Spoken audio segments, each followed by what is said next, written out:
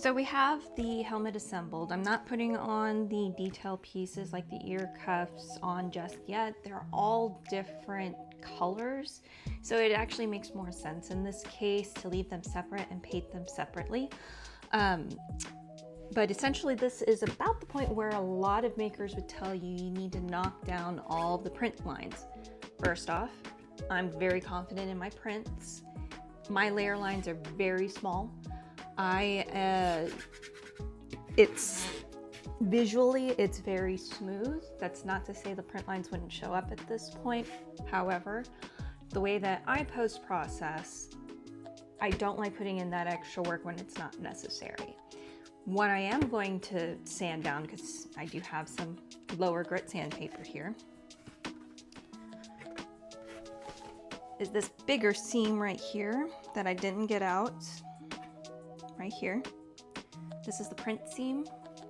I didn't catch it whenever it was prepped on my slicer to move it to where it wouldn't be visible. And I'm also going to come after the visor area here. It's a little rough on both sides. That's not uncommon on these. But I'm gonna just try to even those out with a little bit of low grit paper. I'm using 120 here just because I couldn't find my lower grit at the moment, but this should do the trick on this PETG. So that's knocked down now where I can no longer feel that seam.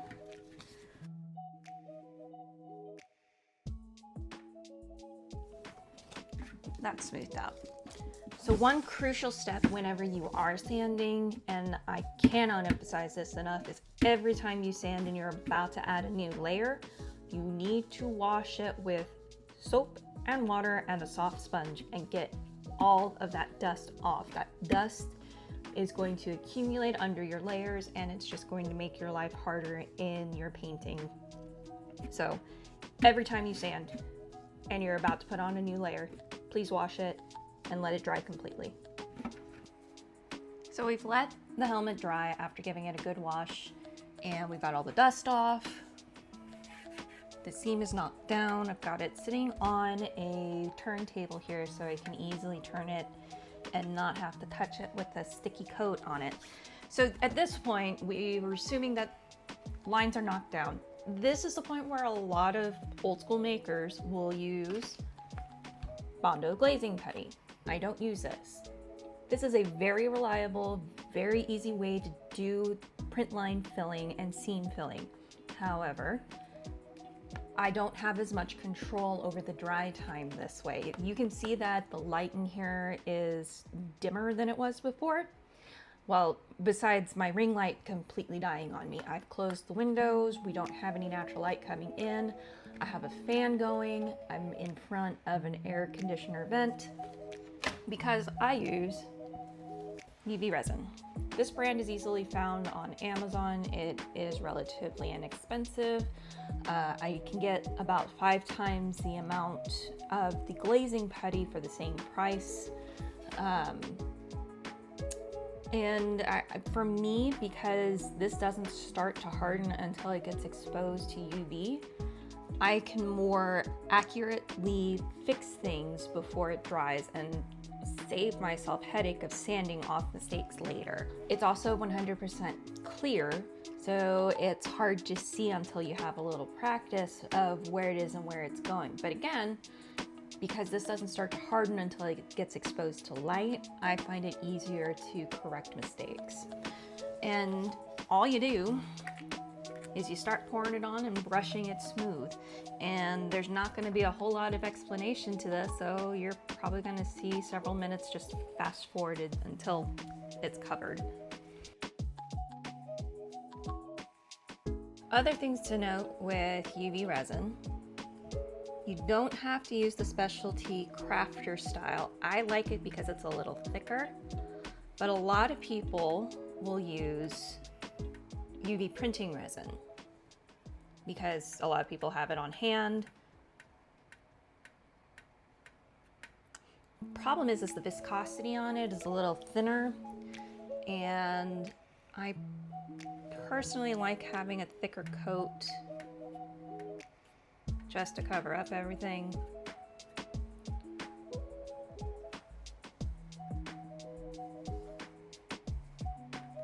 And you'll notice I'm not wearing a respirator or anything. This is a pretty low odor resin. Even the instructions don't suggest using a respirator. Now, if you are overly sensitive to smells, definitely, you know your body, you do what you need to do to protect yourself. The only PPE that is mentioned in the instructions for this resin is gloves, and that's only if you're sensitive. And I'm not attempting to directly touch this. One thing that some people do with their UV printing resin to use it this way is they'll add baby powder to it, just to give it a little more thickness and viscosity to catch the print lines. I like to primarily focus on this pass on the ring lines up top, because that's usually the spot that a lot of people will notice. And I want to really make sure that those lines, even though they are quite thin on my models, I want to make sure they're very well filled. With the brush, I'm just lightly going over everything. I'm not digging into the print lines and digging product out. That's the exact opposite of what I'm trying to do. I'm trying to glide over the print lines and evening out over the surface, creating a new surface, essentially. That's a pretty good coat on the top rings, so we're gonna work our way down the dome.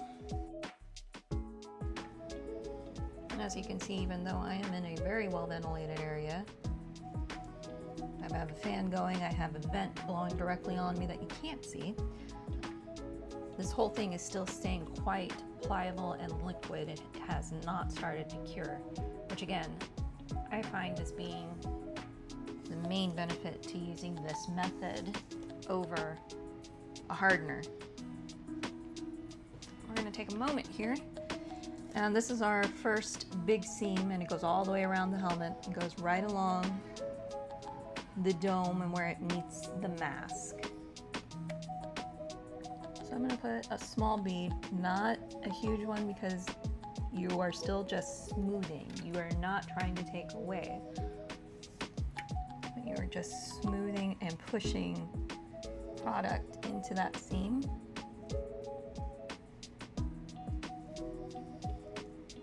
And smoothing it out. And in the process, you're also smoothing out the layer lines that are on top of the mask portion here. So another tricky part can be when you have a high detail area, like on this Boba Fett helmet, and the dent, the blaster bolt dent. We don't want to lose that. That is a key figure and key part of any Boba Fett build, is whether you're doing the Empire Strikes Back version or the Book of Boba Fett version like I'm doing here. It has to have this dent, and it has to be clear what it is. And anytime you are adding material to fill print lines, you are risking losing detail. With resin, you can do a very, very light coat, and you can also go back through and dig out more resin if you feel like you've added too much with popsicle sticks and with toothpicks. But right now, I think I'm okay. We'll double check it before we go to cure.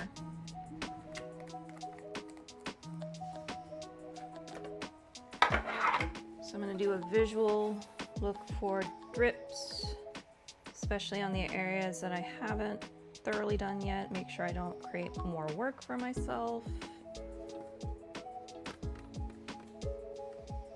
If you hold it up to the light, you can see ripples.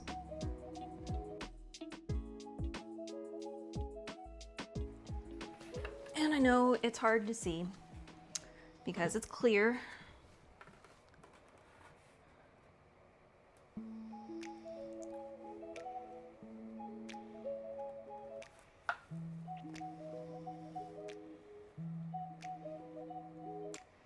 But hopefully when this cures, it'll be a very nice smooth finish for us to continue.